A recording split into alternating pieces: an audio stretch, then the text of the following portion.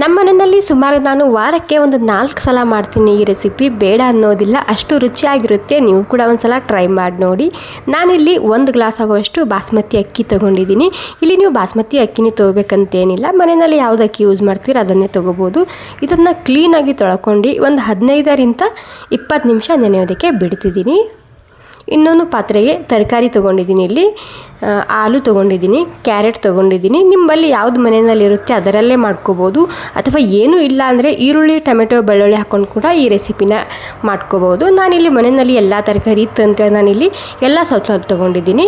ಕೊನೆಗೆ ಒಂದು ಸ್ವಲ್ಪ ಇಲ್ಲಿ ಶೇಂಗಾ ಹಾಕ್ಕೊಂಡಿನಿ. ಇಲ್ಲಿ ತರಕಾರಿ ಹಾಕೋದ್ರಿಂದ ಸ್ವಲ್ಪ ಹೆಲ್ದಿ ಆಗುತ್ತೆ ಅಂತ ನಾನಿಲ್ಲಿ ಎಲ್ಲ ತರಕಾರಿ ಹಾಕ್ಕೊಂಡಿನಿ. ನೀವು ಇದನ್ನು ಬೆಳಗಿನ ತಿಂಡಿಗೆ ಅಥವಾ ರಾತ್ರಿ ಊಟಕ್ಕೆ ಮಾಡ್ಕೋಬೋದು, ಅಥವಾ ಮಕ್ಕಳ ಟಿಫಿನ್ಗೆ ಸೂಪರಾಗಿರುತ್ತೆ ಈ ರೆಸಿಪಿ. ಓಕೆ, ಇವಾಗ ಒಂದು 15-20 ನಿಮಿಷ ಆಗಿದೆ. ಇವಾಗ ಆದಮೇಲೆ ಇಲ್ಲಿ ಕುಕ್ಕರ್ದಲ್ಲಿ ಸ್ವಲ್ಪ ಎಣ್ಣೆ ಹಾಕ್ತಿದ್ದೀನಿ. ಎಣ್ಣೆ ಬಿಸಿ ಆದಮೇಲೆ ಸ್ವಲ್ಪ ಸಾಸಿವೆ ಮತ್ತು ಜೀರಿಗೆ ಹಾಕ್ತಿದ್ದೀನಿ.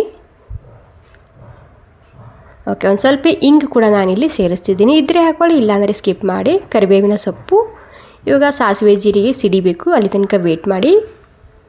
ಸಾಸಿವೆ ಸಿಡಿದಾದ್ಮೇಲೆ ಇಲ್ಲಿ ಈರುಳ್ಳಿ ಸೇರಿಸ್ತಿದ್ದೀನಿ. ನೀವು ಒಂದು ವೇಳೆ ತರಕಾರಿ ತೊಗೊಂಡಿಲ್ಲ ಅಂದರೆ ಇಲ್ಲಿ ಈರುಳ್ಳಿ ಕ್ವಾಂಟಿಟಿ ಸ್ವಲ್ಪ ಜಾಸ್ತಿ ಮಾಡ್ಕೊಳ್ಳಿ, ತುಂಬಾ ರುಚಿಯಾಗಿರುತ್ತೆ ಈ ರೆಸಿಪಿ. ಹೈ ಫ್ಲೇಮ್ದಲ್ಲಿ ಈರುಳ್ಳಿ ಹಸಿ ವಾಸನೆ ಹೋಗೋ ತನಕ ಹುರ್ಕೊತಿದ್ದೀನಿ. ಸ್ವಲ್ಪ ಲೈಟಾಗಿ ಕಲರ್ ಚೇಂಜ್ ಆಗಬೇಕು. ಈರುಳ್ಳಿದು ಕಲರ್ ಚೇಂಜ್ ಆಗಿದೆ. ಈ ಟೈಮ್ನಲ್ಲಿ ಟೊಮೆಟೊನ ಸೇರಿಸ್ತಿದ್ದೀನಿ. ಟೊಮೆಟೊ ಕೂಡ ಅಷ್ಟೇ ಸ್ವಲ್ಪ ಸಾಫ್ಟ್ ಆಗಬೇಕು, ಹೀಗಾಗಿ ಸ್ವಲ್ಪನೇ ಹುರ್ಕೊಂಡು ತೊಗೊತಿದ್ದೀನಿ. ಮತ್ತು ನನಗೆ ರಾತ್ರಿ ಅಡುಗೆ ಮಾಡೋದಕ್ಕೆ ಬೇಜಾರಾದಾಗ ಈ ರೆಸಿಪಿನ ಮಾಡ್ತಿರ್ತೀನಿ. ತುಂಬ ಸುಲಭವಾಗಿ ಮಾಡ್ಕೋಬೋದು, ಒಂದು 15-20 ನಿಮಿಷದಲ್ಲಿ ರೆಡಿ ಮಾಡ್ಕೋಬೋದು ಈ ರೆಸಿಪಿ. ಓಕೆ, ಟೊಮೆಟೊ ಸಾಫ್ಟ್ ಆಗಿದೆ. ಇವಾಗ ಟೊಮೆಟೊ ಸಾಫ್ಟ್ ಆದಮೇಲೆ ಇದಕ್ಕೆ ಸ್ವಲ್ಪ ಅರಿಶಿಣ ಸೇರಿಸ್ತಿದ್ದೀನಿ. ಖಾರಕ್ಕೆ ಎಷ್ಟು ಬೇಕಷ್ಟು ರೆಡ್ ಖಾರದ ಪುಡಿ ಹಾಕ್ಕೊಂಡಿನಿ. ಇಲ್ಲಿ ಇದಕ್ಕೆ ಜಾಸ್ತಿ ಖಾರ ಇಲ್ಲ, ಹೀಗಾಗಿ ನಾನಿಲ್ಲಿ ಸ್ವಲ್ಪ ಜಾಸ್ತಿ ಕೊಂಡಿರೋದು ಹಾಕ್ಕೊಂಡಿನಿ. ಸ್ವಲ್ಪ ಮಸಾಲಾನ ಹುರ್ಕೋಬೇಕಾಗುತ್ತೆ ಎಣ್ಣೆಯಲ್ಲಿ. ನೋಡಿ ಎಷ್ಟು ಸರಿಯಾಗಿ ಕಾಣ್ತಿದೆ ಅಲ್ವಾ. ಓಕೆ, ಎಲ್ಲನೂ ಸ್ವಲ್ಪ ಹುರ್ಕೊಂಡಾದ್ಮೇಲೆ ಇವಾಗ ತರಕಾರಿ ಸೇರಿಸ್ತಿದ್ದೀನಿ. ಮೊದಲೇ ಹೇಳಿದಾಗೆ ತರಕಾರಿ ಇದ್ದರೆ ಹಾಕ್ಕೊಳ್ಳಿ, ಇಲ್ಲಾಂದರೆ ಸ್ಕಿಪ್ ಕೂಡ ಮಾಡ್ಬೋದು. ಈರುಳ್ಳಿ, ಟೊಮೆಟೊ, ಬೆಳ್ಳುಳ್ಳಿ ಹಾಕ್ಕೊಂಡು ಈ ರೆಸಿಪಿನ ಮಾಡ್ಕೋಬೋದು, ನಡೆಯುತ್ತೆ.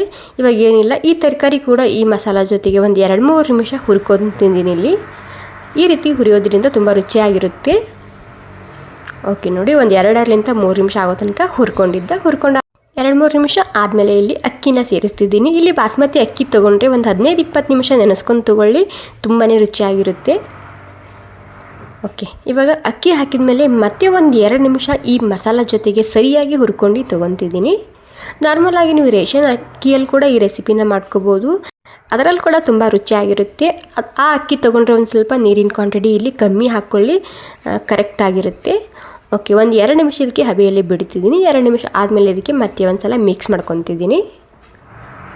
ಓಕೆ, ಇವಾಗೆಲ್ಲ ಸೇರಿಸಿ ಹುರ್ಕೊಂಡಾದ್ಮೇಲೆ ಇದಕ್ಕೆ ನಾನು ಯಾವ ಗ್ಲಾಸಲ್ಲಿ ಅಕ್ಕಿ ತೊಗೊಂಡಿನಲ್ವ ಅದೇ ಗ್ಲಾಸಲ್ಲಿ ನಾನಿಲ್ಲಿ 2 ಗ್ಲಾಸ್ ಆಗುವಷ್ಟು ನೀರನ್ನ ಹಾಕ್ಕೊಂಡಿನಿ.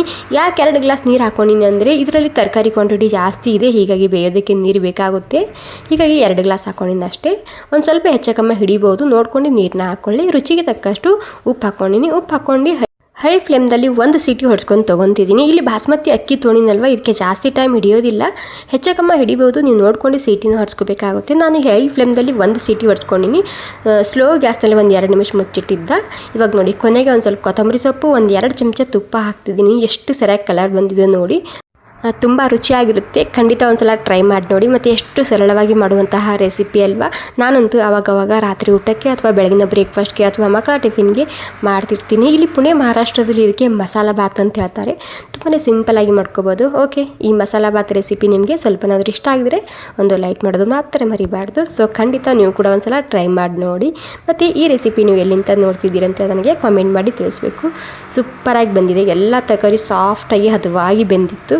Okay, thank you so much. ಇಷ್ಟ ಆಗಿದರೆ ಒಂದು ಲೈಕ್ ಮಾಡೋದು ಮಾತ್ರ ಮರಿಬಾರ್ದು. Thank you.